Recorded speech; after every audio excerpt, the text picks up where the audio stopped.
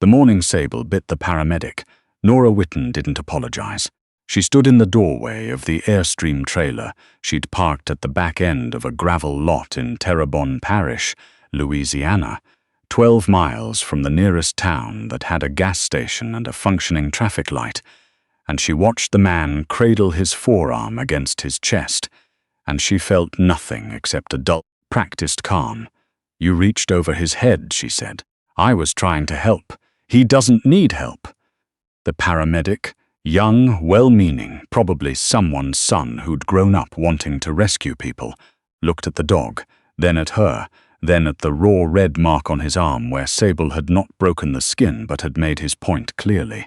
Sable was a Belgian Malinois, 62 pounds of muscle and scar tissue, and something older than loyalty. He sat at Nora's left knee, perfectly still, watching the man with amber eyes that had seen things that would have broken most humans. "Ma'am?" "Your neighbor called. She said she heard. My neighbor is 3 miles down a parish road and she should mind her business.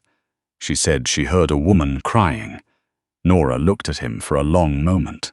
The sun was doing what it always did in August in the bayou, pressing down on everything with its full weight, turning the air into something you had to push through rather than breathe. Somewhere in the line of cypress trees at the edge of her lot, a heron made a slow, unbothered arc across the sky. "That was me," she said finally. "I cry sometimes. It's not illegal." The paramedic left. She watched his unit disappear down the shell road, dust hanging in the air long after the sound of the engine faded. Then she went back inside, sat down on the floor because the chair still felt wrong, and Sable climbed into her lap the way he always did. All 62 pounds of him, and she pressed her face into the side of his neck. He smelled like the river and gun oil, and something underneath both of those things that she'd never been able to name. He smelled like the last 4 years of her life. She hadn't always lived in a trailer in the bayou. Once she had been somebody people recognized. Not famous, not in any way that put your name in a headline, but known, in the specific, quiet way of people who operate in a world that doesn't get reported on. She had been Sergeant Nora Whitten of the 75th Ranger Regiment, and she had served 2 combat tours in eastern Afghanistan, and she had come back the second time with a traumatic brain injury, a Purple Heart, a medical discharge, and Sable. Sable had been the regimental K9 attached to her unit on her second deployment. His handler, Corporal James Rourke, had been 24 years old, from a small town outside Boise, Idaho, and he had talked about his mother's blueberry pancakes with a specificity and longing that Nora still thought about sometimes. James Rourke had stepped on an IED 11 days before rotation ended. The explosion had thrown Nora 20 feet and cracked something in her skull that took 3 surgeries and 2 years of headaches to settle into a manageable silence. It had killed James Rourke instantly. Sable had not been hurt. He had been 10 yards behind, executing a pattern search, and the blast had knocked him off his feet, and he had come back to his feet and gone immediately to Rourke, and he had stayed there, pressed against the man who was already beyond staying, until Nora had crawled to them both on her hands and knees. She did not remember clearly what happened next. The TBI had taken a window of time from her, blurred it the way heat blurs the horizon over asphalt. She remembered voices. She remembered Sable's weight against her ribs. She remembered someone saying Rourke's name and the particular silence that followed it. She had woken up in Landstuhl Regional Medical Center with a titanium plate in her skull and Sable asleep on the floor beside her bed. Nobody had explained how he got there. Nobody seemed entirely sure. She hadn't asked. When the army told her she was being medically separated, she had asked only one question. She had asked what happened to Sable. They told her Sable was being evaluated for reassignment. She told them, quietly, without any particular drama, in the tone she used when she was completely serious, that if anyone tried to take that dog, she would consider it a hostile act. She got to keep Sable. That had been 4 years ago. She'd tried Austin first, because a woman she'd served with was there, and had said it was a good city for veterans, and it had been, technically.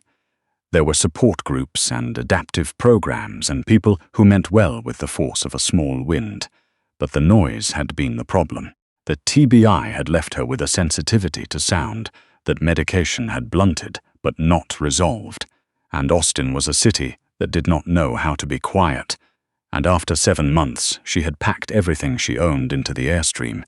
And she had driven until the roads got narrow and the silence got thick, and she had ended up here in Terrebonne Parish, on a gravel lot she leased from an old man named Arsenault, who asked no questions and charged her $400 a month, and sometimes left catfish on her step without explanation. She had built something like a life. She guided kayak tours twice a week for the tourist company 20 minutes down the highway, cash under the table, mornings only before the heat became structural. She had a generator and a good water filtration system and a library card from the branch in Houma that she used more than she'd expected to. She had Sable. She had not had a friend in 14 months. Not because she was incapable. She knew the difference.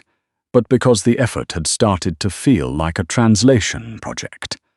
Like she was taking thoughts in one language and rendering them into another, and losing something essential in the conversion every time.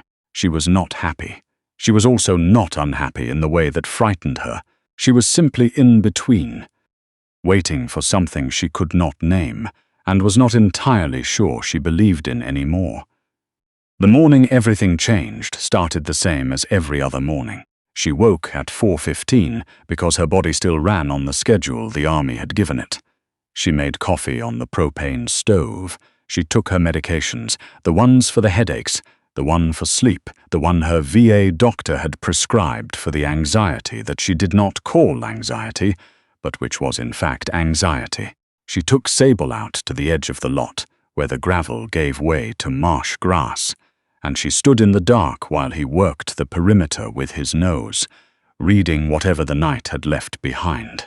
It was during this, while the sky was still fully dark, and the cypress trees were silhouettes, and the only sound was frogs and the distant complaint of a great blue heron, that Sable stopped. He stopped, the way he stopped when he'd found something on the job.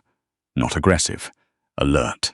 His ears came forward, and his tail went level, and he turned his head toward the tree line with a precision that she had learned, over 4 years, to take seriously. She looked. She saw nothing. But Sable held it. Then she heard it, underneath the frogs and the heron and the low-frequency hum of the world, a sound that took her a moment to identify because it was so unexpected. A human voice. Low, strained, intermittent, not a call for help. More like the sounds a person makes when they are trying very hard not to make sounds at all. She told Sable to stay. He didn't. He moved with her, shoulder to her knee, into the marsh grass at the edge of the tree line. The man was on the ground 15 yards into the trees. He was large, broad-shouldered, thick through the chest, and he was wearing clothes that were wrong for the bayou. Dark canvas pants, a long-sleeve shirt that was soaked through with sweat, and something darker. He was conscious, barely. He was holding his left side with both hands. "Hey," Nora said. He turned his head. His eyes were dark and unfocused, and she could see him trying to assess her, trying to run the calculation, and not quite getting there. "Don't," she said, in the tone she used when she meant it absolutely. "Don't try to move. Don't try to talk. Just breathe." Sable sat down beside her. The man's eyes went to the dog, and something happened in his face. Not fear, but recognition of a specific kind that Nora had seen before, the kind of recognition that meant someone had worked with K9 units. His breathing slowed slightly, his hands, still pressed to his side, relaxed a fraction. "What's his name?" the man said. It was not quite a question. "Sable." The man closed his eyes. "Good dog," he said, to no one in particular, and then he passed out. His name, she would learn later, was Derek Strand. He was 41 years old. He had been, until 3 years ago, a Special Operations Combat Controller with the Air Force, a TLACP, Terminal Attack Controller, the people who called in airstrikes from the ground, and lived in the same mud and darkness as the army units they supported. He had retired at 38 with 16 years of service and injuries that had been deemed non-disqualifying until they weren't. What he was doing in the cypress trees behind her trailer at 4 in the morning was a longer story.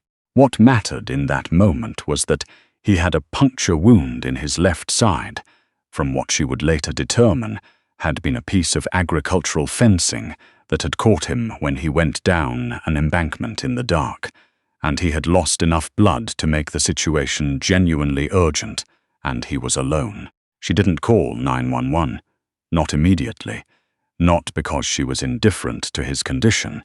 She was not, but because she had a bag with the right supplies, and she was faster than an ambulance response time that she knew, out here, was going to be north of 30 minutes. She ran a field assessment. The wound was deep, but it had not hit anything critical. She packed it and she wrapped it, and she got fluids into him with the IV kit she'd kept, because old habits, and because she'd taken a wilderness medicine course the year before on an impulse she now recognized as preparation for something like this. When he came back to consciousness, Sable was lying against his right side. He was in her trailer, on her sleeping platform, under a wool blanket that had followed her from Fort Benning. The morning light was coming in thin through the small windows. "You're stable," she said, from the chair at the fold-down table. She had a cup of coffee. She had given him water. "You've lost blood. The wound is packed. You need a hospital." He looked at the ceiling for a moment. "How long?" "About 2 hours." He processed that. "You didn't call anyone." "I assessed the situation and determined I could manage it. I'll drive you to Terrebonne General in Houma as soon as you can tolerate being moved." He turned his head and looked at her. His eyes were clearer now. They were an unusual color, gray-green like storm water, and they had the specific qualities she recognized in people who had spent years in environments where being wrong about what you were looking at could kill you.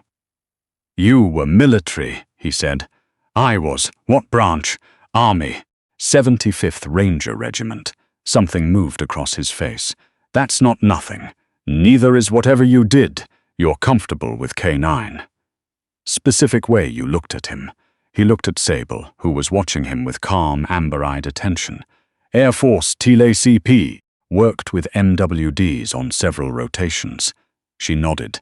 "Derek Strand," she said. Not a question. She'd found his wallet when she was checking him for additional injuries. He didn't ask how she knew. "Nora Whitten," she said. They were quiet for a while. Outside, the bayou was going about its morning. Birds and water and light starting to find its way through the cypress canopy. It was, she thought, almost peaceful, which was not a word she used carelessly. "Why are you out here?" she said. He didn't answer right away. She didn't push. She'd learned, after years of operating in environments where information came when it came, not to treat silence as an obstacle. "Same reason as you, probably," he said finally. She looked at her coffee. "The world got too loud," something like that. He had been living in a van, as it turned out. Not the kind of van that people made look charming for social media. A working van, a white Ford Transit with blacked-out rear windows and a sleeping platform and water storage and a roof vent and very little else. He'd been parked at a boat launch 2 miles east for 3 weeks, which was why she hadn't seen him. He'd come through the trees because he'd heard the frogs shift the way they shift when something changes in the water, and he was. She understood this without needing it explained. The kind of person who still tracked that kind of thing without deciding to. He'd gone down the embankment in the dark. The fencing had been submerged, one end free, and it had caught him when he hit the water, and the current had done the rest. They drove to Houma that afternoon. She drove. Sable rode in the back, behind the cargo barrier she had installed, which was what she did when she drove with people she didn't know. He didn't comment on it. At Terrebonne General, they told him he needed 2 units of blood and 24 hours of observation and antibiotics for a wound that was, the ear physician informed him, within approximately 6 hours of becoming seriously infected. "You were lucky someone found you," the doctor said. Derek Strand looked at Nora, who was sitting in the chair by the window because she had no particular reason to leave and no particular reason to stay, and had resolved the ambiguity by staying. "Yeah," he said. "I was." She came back the next morning. She told herself it was because she wanted to confirm he was discharged safely and had somewhere to go, which was true, and also not the whole truth. The whole truth was more complicated, and she'd spent enough years running operational risk assessments to know that incomplete information about your own motives was its own kind of liability. Sable had been subdued since they got back from the hospital the first night. Not distressed. She knew his distress, knew every variation of it, but quieter than usual. He kept going to the door. He kept coming back and looking at her and going to the door again. "I know," she said. She took him to the hospital with her. The nurses at the front desk took one look at Sable and one look at Nora and made the kind of rapid calculation that experienced medical staff make about battles they've already lost. She got a visitor badge. Sable did not get a badge, but nobody asked him for one. Derek Strand was sitting up when they came in. He looked better, color back, eyes clear, and he looked at Sable the way some people look at something they didn't know they needed to see until it was in front of them. "Hey," he said to the dog. Sable walked to the side of the bed and sat down and put his chin on the edge of the mattress, which was something he had never done with anyone except Nora. She stood in the doorway and watched it, and felt something that she did not immediately have a name for. "He doesn't do that," she said. Derek looked down at Sable. "What that? He doesn't do that." He was quiet for a moment, his hand moving slowly to the top of Sable's head, which Sable permitted. "My unit had a dog named Brick," he said. "Spent 8 months working beside him in Kandahar. After Brick was killed in action, his handler, good man named Ferris, he didn't speak for 3 weeks. We were all a little wrecked, honestly, but Ferris most of all." He stopped. Nora waited. "Dogs know," he said finally. "They just know." She stayed for 2 hours. They talked in the halting, intermittent way of people who are both cautious with language and who find the same things interesting. Not surface things, not the conversation of strangers being polite, but the actual architecture of how a person gets from one version of themselves to another, and whether the second version is better or just different. He asked her about the TBI. She told him about it plainly, because she found that plainness was the only way to get through the explanation without it becoming something else. He listened in the specific way of someone who had their own version of the same story, not waiting for his turn to speak, but actually taking in what she said. She asked him about the discharge. He was quieter about it, and she didn't push, and then after a while he said, "I made a call on a mission, a targeting call. I was correct according to every protocol and every piece of intelligence I had, and it was still wrong, and I knew it was wrong 3 seconds after I made it, and there was nothing in the world I could do about those 3 seconds." The room was very quiet. "Nobody died," he said. "But that's not the same as nothing happened." "No," she said. "It's not. He was discharged on the 3rd morning. He had nowhere to go. The van was still at the boat launch, and getting to it required either a long walk or a short drive, and he had 22 stitches in his left side and specific instructions not to push anything. Nora drove him to the boat launch. "You can park on the gravel," she said. "At the far end. There's a water hookup on the south wall of the lot. Arsenault won't care." He looked at her. "Why?" She considered the question seriously, the way it deserved to be considered. "Because Sable trusts you, and he doesn't trust anyone." He didn't say anything for a moment. Then he said, "I'll stay out of your way." "I know you will," she said. "I'm not worried about that." He parked at the far end of the gravel lot. He kept to himself. He fixed things, silently and without being asked. The rusted bracket on her water intake, the solar panel mount that had been slightly off angle since a storm in March. She noticed but didn't comment. He cooked on a camp stove most evenings, and occasionally there was food left near her step. the way Arsenault left catfish without explanation or expectation. After 2 weeks, she started leaving her step unlocked after dark. Not the whole door, just the step. Sable started going to the van in the evenings and coming back before midnight. She let him.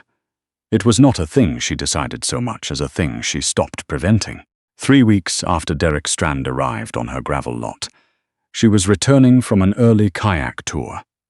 The summer season brought groups from New Orleans out on weekend mornings, and she had spent 2 hours with a family of 4 who had been genuinely good company, which still surprised her when it happened, when she found him sitting on the ground beside her trailer with his back against the wheel well and his head between his knees.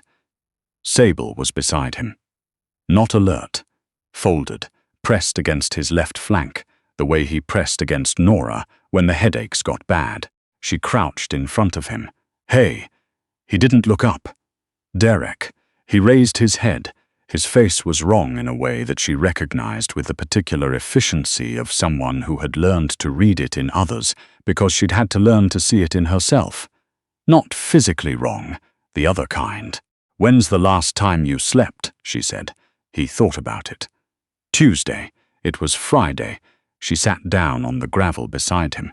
Not close, enough space that neither of them felt pressed upon. Sable adjusted his position so that he was between them, touching both. "Tell me the thing you're not telling me," she said.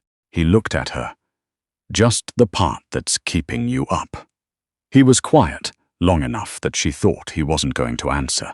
Then he said, "Ferris, my unit's dog handler, the one whose dog was killed. He came to see me last month, tracked me down in the van, I don't know how, and he said," he stopped. He said he didn't blame me for how I'd been. After the mission, he said he understood why I'd gone dark and he wasn't. He stopped again. He wasn't angry. Nora waited. "I didn't know what to do with that," Derek said. "I didn't have a place to put it. What did you do?" "I drove south until I ran out of road." He looked out at the cypress trees, and then I went into the trees because I heard the frogs change. She understood that. She understood it the way you understand something that doesn't need to be explained, that lives below the level where explanation operates. "Forgiveness is the hardest thing," she said, "not being forgiven, accepting it." He looked at her. "I know," she said. "I know, because Rourke's sister wrote me a letter after. She said he'd talked about me, said he trusted me more than anyone in the unit, and that the day he died she said he'd been in good spirits. Which I didn't know. I wasn't sure for a long time, if that made it better or worse." She paused. "It made it better, eventually, when I let it." The morning that it all finally broke open was a Thursday in late September, when a cold front had pushed down from the north and made the air almost breathable again, and the cypress trees had started to turn at their edges, and the whole bayou smelled like change. Nora had a headache. One of the bad ones, the kind that sat behind her left eye like a held note, and she had taken her medication and was lying on the floor of the airstream with an ice pack, because the floor was cooler and the cold helped. And sometimes you just lie on the floor, and that was all she was doing when she heard Sable. Not his alert, not his guard sound. Something different, a sound she had heard exactly twice before, both times at moments she would rather not revisit. A low, steady vocalization that was not a bark and not a whine, but something between the two, something older. She got up. The headache was not an obstacle she had time for. She went to the door. The van was still there, which meant Derek was still there, but the door of the van was open, and that was the thing that made her move faster than the headache wanted her to. He was on the ground between the van and the tree line, sitting this time, conscious. Sable was in front of him, standing, doing the thing he was doing with his voice. Derek had his hands on his knees, and he was staring at his hands with the focused attention of someone who is working very hard to stay in their body. She crossed the gravel in 12 steps, and she sat down in front of him, cross-legged, so that they were at the same level, and she put both her hands on his knees. "I've got you," she said. He looked up. His eyes were red-rimmed, and the set of his jaw was the set of someone who had been holding something very large for a very long time. "Ferris's dog," he said. "Brick, on the mission where everything went wrong. Before the call I made, before all of it, Brick flagged an anomaly. I overrode it.